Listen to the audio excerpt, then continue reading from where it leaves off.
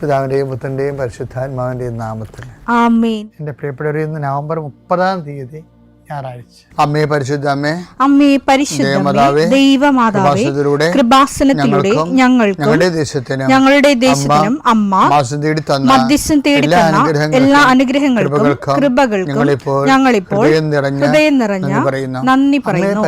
അമ്മേ പരിശുദ്ധമേ, ദൈവമാതാവേ, 2004 ഡിസംബർ 7 ഉച്ചകഴിഞ്ഞ് 2:30 കൃപാസനത്തിൽ സംഭവിച്ച അമ്മയുടെ പ്രത്യക്ഷപ്പെടലിനെ കുറിച്ച് തിരുസഭയ്ക്ക് സമർപ്പിച്ചിരിക്കുന്ന പഠനരേഖകളുടെ മേൽ സഭാത്മകമായ പഠനം ആരംഭിക്കുവാൻ ഞങ്ങൾ പ്രാർത്ഥിക്കുന്നു. അമ്മേ പരിശുദ്ധമേ, ഭൂസ്വർലോകങ്ങളുടെ രാജ്ഞിയായ അങ്ങേയ്ക്ക് ഭൗമസംരക്ഷണത്തിനായി പ്രപഞ്ചപ്രകൃതിയെ തന്നെ തിരുസഭ പ്രതിഷ്ഠിക്കുവാൻ ഈ പ്രത്യക്ഷീകരണം വഴി ഇടയാക്കണമേ. പരിശുദ്ധമേ, ജപമാല മാതാവേ, സകല കൃപാസനം പ്രാർത്ഥനയോടും ചേർത്ത് ഞങ്ങളിപ്പോൾ പ്രാർത്ഥിക്കുന്ന ഈ കുടുംബത്തിന്റെ പ്രത്യേക നിയോഗം പറ മക്കളെ.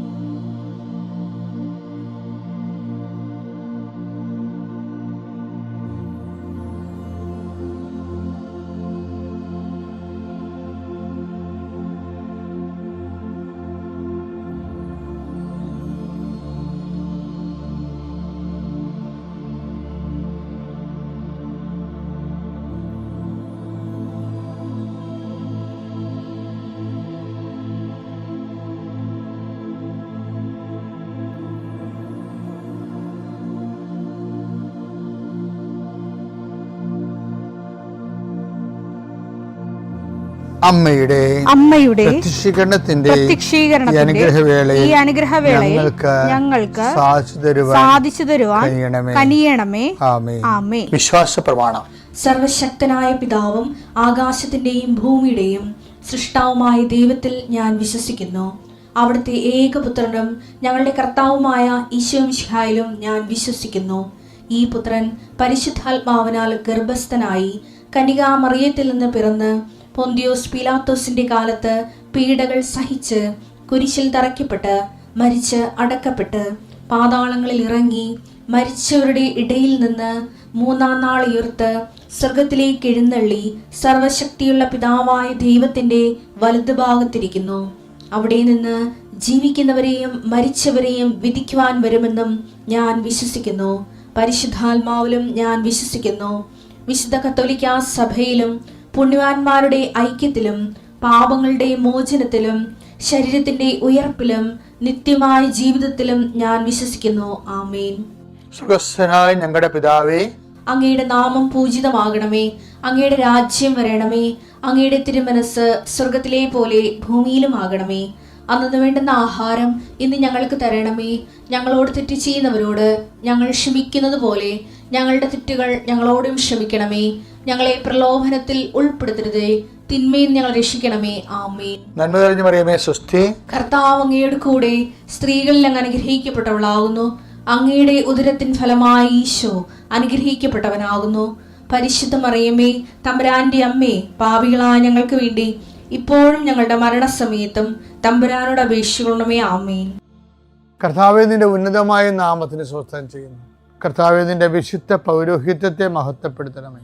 കർത്താവേ, സഭയിലുള്ള സാന്നിധ്യം ദൃഢമാക്കണമേ. 39 വർഷം ഞാൻ അർപ്പിച്ച കൃപാന്റെ യുഗതിയായി കൃപാസ്ഥാന ജീവനോടെ പ്രത്യക്ഷപ്പെട്ട മാതാവിൻ്റെ മാധ്യസ്ഥയിൽ അത്താറയിൽ നടന്ന 10,000-കണക്കിന് ആരാധന ശക്തിയാൽ ജീവിതത്തിൻ്റെ വ്യത്യസ്ത വിളികളിലെ പ്രയാസം അനുഭവിക്കുന്നുണ്ട് ഈശോയെ. അവരെ നീ ഏറ്റെടുക്കണമെന്ന് പ്രാർത്ഥിക്കുന്നു ഈശോയെ. വീടില്ലാത്തവരുണ്ട് ഈശോയെ. അതുപോലെ കുടുംബത്തിൽ കലഹങ്ങളുള്ളവരുണ്ട് ഈശോയെ. ഭാര്യാഭർത്താക്കന്മാർ പിരിഞ്ഞ് താമസിച്ചിട്ട് ഐക്യപ്പെടാൻ ആഗ്രഹിക്കുന്നുണ്ട് ഈശോയെ. ജീവിത പങ്കാളിയെ കിട്ടാത്ത പുരുഷന്മാരുണ്ട് ഈശോയെ. ജീവിത പങ്കാളിയെ കിട്ടാത്ത സ്ത്രീകളുണ്ട് ഈശോയെ.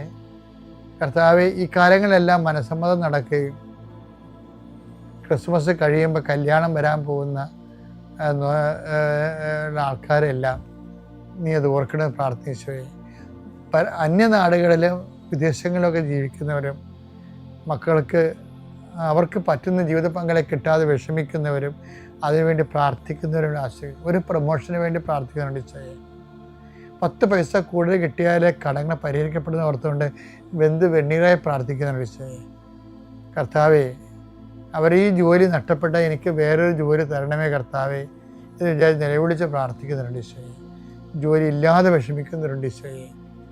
രോഗങ്ങൾ മാറാതെ, സമാധാനം ഇല്ലാതെ, ഉറക്കമില്ലാതെ പോകുന്നുണ്ട് ഈശോയെ. കടകമ്പോളങ്ങളും കന്നുകാലികളെയും വളർത്തി ജീവിക്കുന്ന കുഞ്ഞു വരുമാനക്കാരുണ്ട് ഈശോയെ. അവരെല്ലാം നീ ആശീർവദിക്കുന്നത് പ്രാർത്ഥിക്കുന്നു. മക്കളുടെ വിദ്യാഭ്യാസം, മക്കളുടെ പഠനം, മക്കളുടെ ഉദ്യമങ്ങൾ, അവർക്ക് വേണ്ടി പ്രാർത്ഥിക്കുന്ന അമ്മമാരും അപ്പന്മാരും അവിടെ പ്രാർത്ഥനകൾ കർത്താവ് ഏറ്റെടുക്കുകയും നിങ്ങളുടെ കുഞ്ഞുങ്ങളെ കർത്താവ് ആശീർവദിക്കുകയും ഇന്നത്തെ ദിവസം നിങ്ങൾ എന്തെല്ലാം ചെയ്യുന്നു, എവിടെയെല്ലാം പോകുന്നു, അവിടെല്ലാം സംസാരിക്കുന്നു, എല്ലാ നിയോഗങ്ങളും കർത്താവ് നിറവേറ്റട്ടെ. നമ്മൾ കഴിഞ്ഞ ദിവസങ്ങളിൽ വരുമ്പോൾ റെക്കോർഡ് ഇടുക എന്ന് സംഭവമില്ല. റെക്കോർഡ് എന്ന് വെച്ചാൽ ഓട്ടക്കാരൊക്കെ ചെയ്യുന്ന കാര്യമില്ല. സ്പോർട്സ്മാൻ, അവർ ഹൈ ജമ്പ് ചെയ്യുന്നവർ, ലോങ് ജമ്പ് ചെയ്യുന്നവർ, 100 മീറ്റർ ഓടുന്നവർ, ഷോട്ട് പുട്ട് എറിയുന്നവർ, ജാവലിൻ ത്രോ നടത്തുന്നവർ, അവരൊരു റെക്കോർഡ് കീപ്പ് ചെയ്യും. അപ്പം അവർ റെക്കോർഡ് കീപ്പ് ചെയ്ത് കഴിഞ്ഞാൽ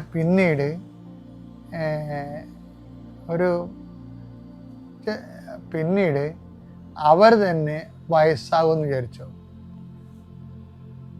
അല്ലേ? ഇപ്പം നമ്മൾക്ക് Bobby Aloysius, Shiny Abraham, PT Usha, അപ്പം അവരുടെ കാലത്തൊക്കെ അവർ റെക്കോർഡ് ഇട്ടുള്ളതാണ്. പക്ഷേ ഇന്നിപ്പോൾ അവരോട് പറഞ്ഞാൽ, ഇന്നിപ്പോൾ അവരോട് ചോദിക്കണം, നിങ്ങൾ ഇത്ര റെക്കോർഡായിരുന്നല്ല ഓടിയത്, നിങ്ങൾക്ക് ഇപ്പോൾ ഒന്ന് ഓടിയിട്ട് ആ റെക്കോർഡ് ഇടാൻ പറ്റുമോ എന്ന് ചോദിച്ചു കഴിഞ്ഞാൽ, അയ്യോ അത് പറ്റത്തില്ല, ഞങ്ങളുടെ ബോഡി ചീർത്ത് പോയില്ലേ, ഞങ്ങൾക്ക് പറ്റത്തില്ല പറയും. പക്ഷേ ആ റെക്കോർഡ് അവിടെ കിടക്കും. അതാണ് വിഷയത്തിൻ്റെ അത്. എന്ന് വെച്ച് കഴിഞ്ഞാൽ നമ്മൾ ദൈവത്തിൻ്റെ സന്നിധിയിൽ സ്നേഹത്തിൻ്റെ റെക്കോർഡ് ഇട്ട് കഴിഞ്ഞാൽ നമ്മുടെ റെക്കോർഡ് അതാണ്. ചിലപ്പോൾ പിന്നീട് കാലത്തൊക്കെ നമുക്ക് എന്തെങ്കിലുമൊക്കെ ഒരു പരാതിയൊക്കെ വന്നിട്ട് ദൈവസേനയൊക്കെ തണുത്തു പോയാലും ആ റെക്കോർഡ് അവിടെ കിടക്കും നമ്മുടെ പേരിൽ. ഇടയ്ക്കിടയ്ക്ക് കർത്താവ് നമ്മൾ ഡിസ്റ്റർബ് ചെയ്യും. എന്ന് വെച്ച് കഴിഞ്ഞാൽ നിൻ്റെക്ക് ഞാനിത് പ്രതീക്ഷയില്ല എന്നിട്ട് പറയും, നിൻ്റെ റെക്കോർഡ് ഇതല്ലായിരുന്നല്ലോ, റെക്കോർഡിൽ നിന്ന് നീ താഴെ പോയില്ലേ. അത് വെളിപാടിൻ്റെ പുസ്തകത്തിൽ മനോഹരമായിട്ട് പറയുന്നതാണ്. വെളിപാട് 2:4. എങ്കിലും നിനക്കെതിരെ എനിക്കൊന്ന് പറയാനുണ്ട്. നിനക്ക് ആദ്യം ഉണ്ടായിരുന്ന സ്നേഹം നീ കൈവിടിഞ്ഞു. നിനക്ക് ആദ്യം ഉണ്ടായിരുന്ന സ്നേഹം നീ കൈവിടി. അപ്പൊ റെക്കോർഡ് സൂക്ഷിച്ചിട്ടുണ്ട് അവിടെ, പഴയ റെക്കോർഡുണ്ട്.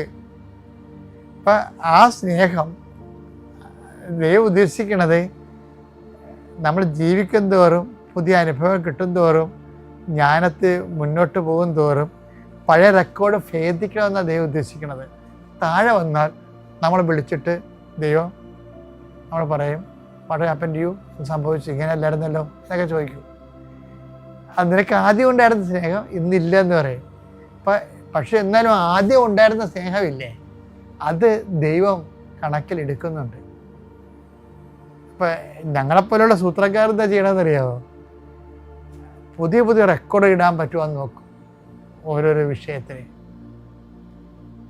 ദൈവത്തിൻ്റെ സന്നിധിയിൽ ഒരിക്കലും ദൈവത്തെ വിശ്വസിക്കാൻ പറ്റാത്ത സിറ്റുവേഷൻസ് വരുമ്പോഴും നമ്മൾ പ്രാർത്ഥന, കർത്താവേ ഈ വിശ്വാസം ഏറ്റു പറഞ്ഞുകൊണ്ട് ഈ വിഷയത്തിന് മുകളിൽ പോകാൻ ഇടയാക്കണമെന്ന് പ്രാർത്ഥിക്കും. വിഷയത്തിൻ്റെ മുകളിൽ പോകാൻ ദൈവത്തിൻ്റെ ആ ഒരു ഘട്ടത്തിലും ദൈവത്തിൻ്റെ സ്നേഹം ഏറ്റുപറയാൻ കഴിയണം. പക്ഷെ എന്നാലും നീ പേടിക്കണ്ട, ഒരിക്കലും നല്ല റെക്കോർഡ് ഇട്ട് കഴിഞ്ഞാൽ കർത്താവ് അത് പരിഗണിക്കും എന്നുള്ള കാര്യം കറക്റ്റാണ്. കാര്യം ആദ്യം പിന്നെയും പറയണത് നമ്മളെ ഉദ്ദേശിച്ചാണ്, ദൈവത്തിനെ ഉദ്ദേശിച്ചല്ല. ദൈവത്തിന് ആദ്യവും പിന്നെയും ഇല്ല. അവൻ നിത്യമായ എവർ പ്രസൻറ്റ് ജീവിക്കുന്ന കാരണം, ഇന്നലെ ഇന്ന് നാളെ എല്ലാം ഒരാളായത് കാരണം സമയത്തെ ബന്ധമായിട്ട് ഒന്നും പറയാൻ പറ്റത്തില്ല. അതുകൊണ്ട് നമ്മൾ എവിടെയെങ്കിലും റെക്കോർഡ് ഇട്ടാൽ അത് നമുക്ക് ഭാവിയാകാം, ദൈവത്തിനത് വർത്തമാനകാലമാകും. അതുകൊണ്ട് നല്ല റെക്കോർഡുകൾ കീപ്പ് ചെയ്യാൻ, നല്ല സാക്ഷ്യങ്ങൾ കീപ്പ് ചെയ്യാൻ ഇപ്പം ഞാൻ ഇപ്പം നിങ്ങൾ എന്നോട് ചോദിക്കും അച്ഛൻ എന്താ ഉദ്ദേശിക്കുന്നത്, ഞാൻ ഒരു കാര്യം പറയട്ടെ. ഇപ്പം ചിലക്ക് ഇപ്പം എൻ്റെ അടുത്ത് ഒത്തിരി പേര് വന്ന് പ്രാർത്ഥിക്കുന്നുണ്ട്. ചിലക്ക് പീരീഡ്സൊക്കെ 5-6 ദിവസം നിൽക്കുമ്പോൾ അവരെന്നോട് പറയുമ്പോൾ കരഞ്ഞു പോകര്, നടുവിന് വേദന, പലതരം വയറുവേദന, ഭക്ഷണം കഴിക്കാൻ പറ്റുള്ള തളർച്ച. അപ്പം ഞാനതെല്ലാം മനസ്സിലാക്കി അവർക്ക് വേണ്ടി പ്രാർത്ഥിക്കും. അപ്പോഴും ഞാൻ പറയും, അവളെ ഈ സമയത്താണ് നീ പള്ളിയിലൊക്കെ പോകേണ്ടത്. നമുക്ക് നമ്മുടെ സഹോദര മതങ്ങളിലുള്ള ആൾക്കാരൊക്കെ ഈ മതം വളരെ മോശമായിട്ട് കാണുന്ന സമയമാണിത്. പക്ഷെ ക്രിസ്ത്യാനിറ്റിയിൽ അങ്ങനെയില്ല. ക്രിസ്ത്യാനിറ്റി എന്ന് പറയുന്നത് നമ്മുടെ മനസ്സാണ് അവിടെ പ്രധാനം, ശരീരമല്ല വിഷയം. അപ്പം നിനക്ക് നടുവേദനയാണ്, പാടില്ല, നിനക്ക് പനിക്കനുണ്ട്, എന്നിട്ട് ആ പനിയും പിടിച്ചുകൊണ്ട് നീ കർത്താവിൻ്റെ അടുത്ത് പോയി ഇരിക്കുകയാണ്, കർത്താവിനെ പോയി കണ്ടിട്ട് പോരും.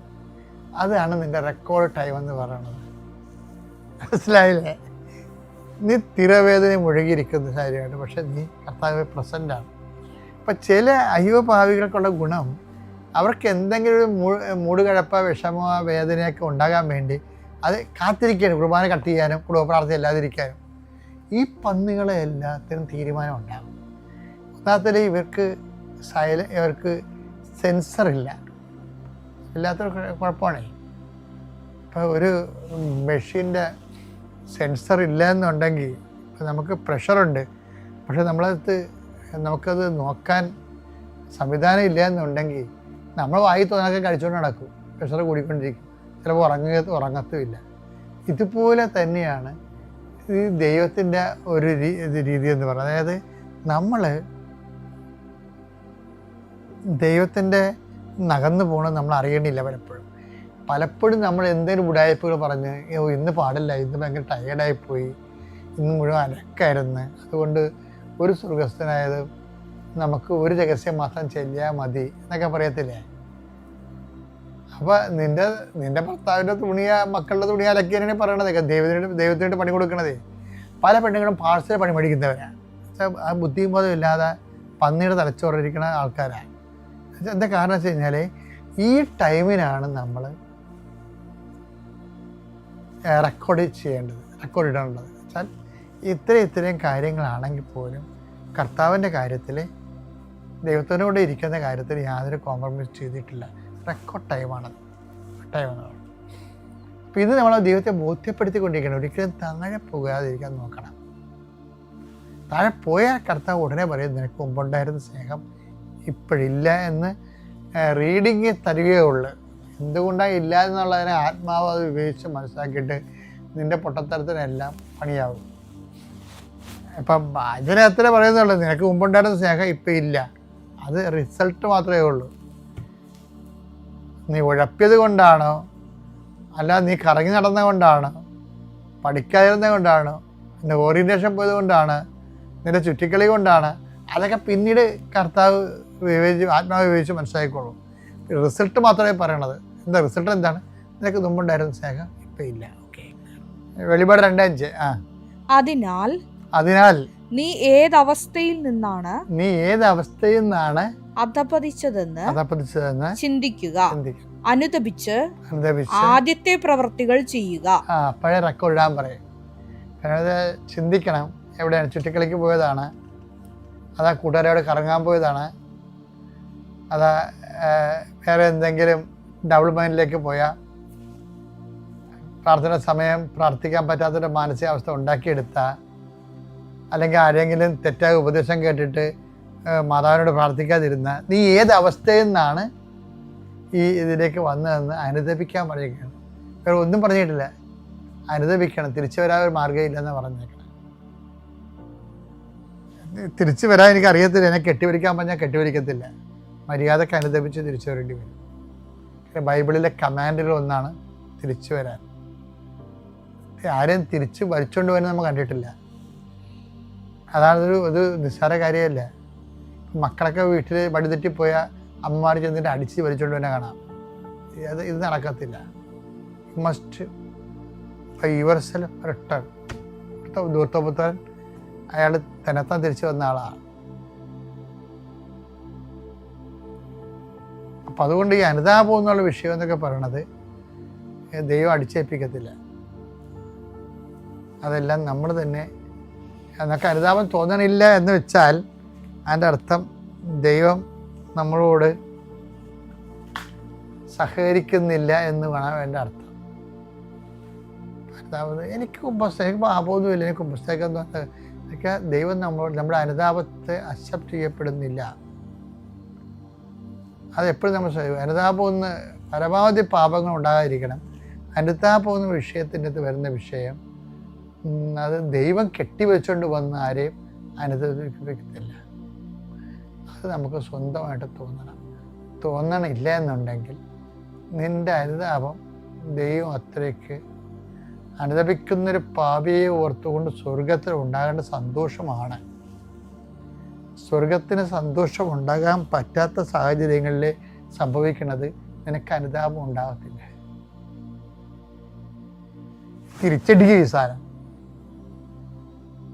ഇപ്പം അനുതാപം പറ്റണില്ലെന്ന് പറഞ്ഞു കഴിഞ്ഞാൽ മരുന്ന് ഇപ്പം അരിയെത്തി എന്നൊക്കെ പറയത്തില്ലേ, ആ കഞ്ഞിവെള്ളം കുടിച്ച് കഴിയുമ്പോൾ പഴയ ആയുർവേദ വൈദ്യന്മാർ പറയുന്നില്ലേ, കഞ്ഞിവെള്ളം റിജക്റ്റ് ചെയ്യുമ്പോൾ കവളെ കൂടി ഒഴുകി വരും, തിരിച്ചു കഴിയും.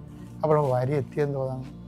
മലയാളി എന്ത് റിജക്റ്റ് ചെയ്താലും കഞ്ഞിവെള്ളം റിജക്റ്റ് ചെയ്യത്തില്ല. അതായിരുന്നു പണ്ടത്തെ കണക്ക്. അത് റിജക്റ്റ് ചെയ്യുമ്പോൾ അവർ പറയും അരി എത്തിയെന്ന് പറയും. ചില ഡോക്ടർമാർ പറയും മരുന്ന് ബോഡി അക്സെപ്റ്റ് കാര്യങ്ങൾ ശരിയാണ്, രോഗം എന്താണെന്ന് അറിയാം,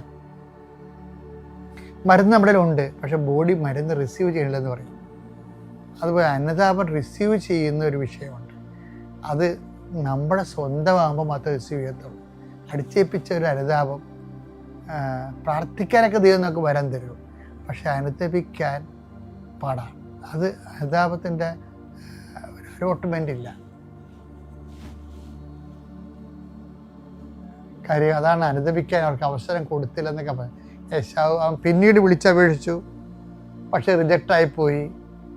അനുതപിക്കാൻ അവന് അവസരം കൊടുത്തില്ല എന്ന് പറഞ്ഞില്ല. ഫെബ്രുവരി 12:17 ഒരു നേരത്തെ ഭക്ഷണത്തിനു വേണ്ടി തന്റെ കടിഞ്ഞൂൽ പുത്രസ്ഥാനം വിറ്റ ഏസാവിനെ പോലെ ആരും അസന്മാർഗിയോ അധാർമികനോ ആകരുത്. പിന്നീട് അവകാശം പ്രാപിക്കാൻ ആഗ്രഹിച്ചപ്പോൾ അവൻ തിരസ്കരിക്കപ്പെട്ടുവെന്ന് നിങ്ങൾക്കറിയാമല്ലോ. കണ്ണീരോടെ അവൻ അത് ആഗ്രഹിച്ചെങ്കിലും അനുദപിക്കാൻ അവൻ അവസരം ലഭിച്ചില്ല. സ്വർഗം ഷട്ട് ഡൗൺ ആയി, അവസരം കിട്ടിയില്ല. നിസ്സാര കാര്യമല്ലേ. ഇപ്പം നമുക്ക് അനുദപിക്കാൻ തോന്നുന്നില്ല എന്ന് വെച്ച് കഴിഞ്ഞാൽ അത് മോളിൽ ഷട്ട് ഡൗൺ ആയിട്ടാണ്, റിജക്ഷൻ ആയതുകൊണ്ടാണ്. അപ്പോൾ നിങ്ങൾ അനുഭവിച്ചിട്ട് ദൈവത്തിന് പ്രത്യേകിച്ച് വലിയ കാര്യമൊന്നും ഇല്ലെന്ന് തോന്നിക്കാണും. എപ്പോഴും നമ്മൾ അതായത് ഏറ്റവും ഒരു മനുഷ്യൻ പ്രാർത്ഥിക്കേണ്ടത് കർത്താവേ നല്ല അനുതാപം നൽകണമേ എന്നാണ് പ്രാർത്ഥിക്കേണ്ടത്.